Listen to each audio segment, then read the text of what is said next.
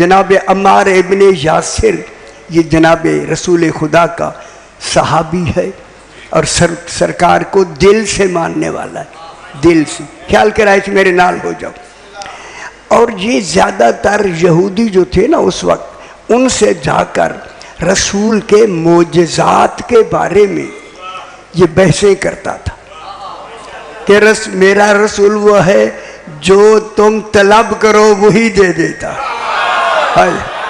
गौर नहीं फरमाए, जिनके भेजे हुए इतने इख्तियार रखते हैं, खुदा जाने अल्लाह इनका कैसा होगा।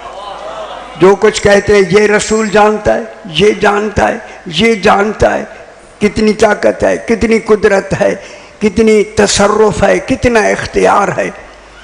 सरकार के इख्तियारात पे बात बहस हो रही है, रोज़ बहस करते हैं। एक दिन बात ज़रा उन्होंने कुछ ऐसी कही कि जनाब ने फरमाया रसूल के इख्तियारात को तुम जिस तरह हकीकत है समझ नहीं सकते।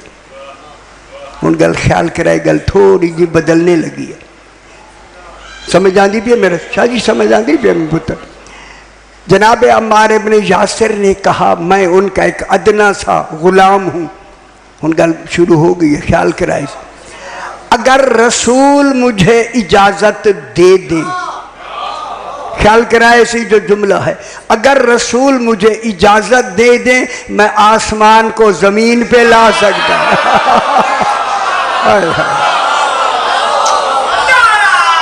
हैदरी कैसे है? अगर रसूल पाक मुझे इजाज़त दे दे मैं आसमान को ज़मीन पे ला सकता हूँ और ज़मीन को आसमान पर उठा के ले जा सकता। उनके ये सुनने से पाँव के नीचे से ज़मीन निकल गई। वो जिनके गुलाम ऐसे हो जाए हाय हाय हाय, उनके सरदार कैसे होंगे? अब वो सारे उठ कर यहूदी, गल समझ आ गई भी ऐसी, उठ कर यहूदी सरकार के पास आ गए। आके कहते हैं अम्मार भी साथ है। अम्मार चलते चलते साथ है। इनकी तरह पिंडली पतली थी, पहले तो है मोटे में है तकड़े है, उन तो गल ही कोई नहीं रहेगी। बस जना वो आए और आके कहा सिंह ये अम्मार ने अभी एक जुमला कहा है। सही ने फरमाया क्या कहा है? हम गल कर लो, मेरे अम्मार ने क्या कहा है?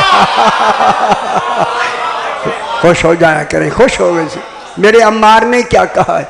सही, इसने कहा अगर मैं चाहूँ तो आसमान को ज़मीन पे ला सकता हूँ, मैं चाहूँ तो ज़मीन को आसमान पर ले जा सकता हूँ। सरकार मुस्कराने लगे, फरमाया यही मेरा अम्मार है। अभी कहा यही मेरा अम्मार है। खुश हो रहे जब कहा ना यही मेरा अम्मार है। वहीं एक पत्थर पड़ा हुआ था इतना बड़ा कि जहां जिसको 200 आदमी हिला नहीं सकते थे। गल समझ आती भी है। आप भी पत्थर में रहने वाले पहाड़ी इलाके के लोग हैं कि पत्थर कितने वजनी होते हैं। इतना बड़ा पत्थर के जिन्हें 200 आदमी हिला नहीं सकते थे, ख्याल करा ऐसे पड़ा हुआ था। सरकार दो आलम ने फरमाया अम्मार मेरी आल पे दुरूद पढ़ के उठा लो। हाय हाय हाय हाय हाय हाय, आले मोहम्मद पे दुरूद पढ़ के उठा लो। जनाब अम्मार ने दुरूद पढ़ा और उस पहाड़, उस इतने बड़े पत्थर को हाथों पे उठा लिया। सही, हाथों पे उठा लिया। जिन्हें 200 आदमी हिला नहीं, आखिर वो भी तो आंखें रखते थे ना, उनको भी खबर थी, हिला नहीं सकते थे। एक दूसरे को देखकर ताज्जुब से देखने लगे। सरकार ने फरमाया जब वो आपस में ताज्जुब से देखने लगे, सरकार ने फरमाया अम्मार बताओ कितना वजन है इस पत्थर का, तुम्हें कितना वजन मालूम हो रहा है? कहा तेरी नबूवत की कसम तिनके से भी हल्का है।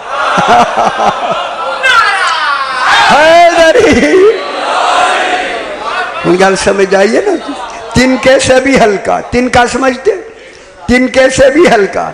सरकार ने उन्हीं को मुतमईन करने के लिए मुस्कुरा के फरमाया अम्मार वो सामने 3 मील पहाड़ है, इसे फेंको उसकी चोटी पर गिरे। हाय हाय। सरकार अम्मार ने उसे फेंका, चोटी के ऊपर जाके गिरा। मैं जुमला कहूँ, खुदा गवाह है लिखा हुआ है। फिर रसूल ने फरमाया, ओ यहूदियों, ये मेरा अम्मार है। दार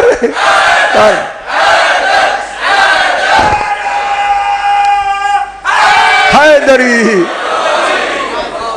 फरमाया ये मेरा अम्मार है। ये कह के सरकार ने फरमाया, अम्मार, इस पहाड़ जो तूने पत्थर फेंका है उसके करीब वो दूसरा बड़ा पत्थर पड़ा हुआ है, इसे उठा के ले आओ। क्यों परेशान क्यों हो गए? उठा के ले आओ। बस एक कदम उठाया, दूसरा वहीं था। तीसरे कदम पे उठा के आगे रख दिया। एक ही लम्हे में बात मुकम्मल हुई।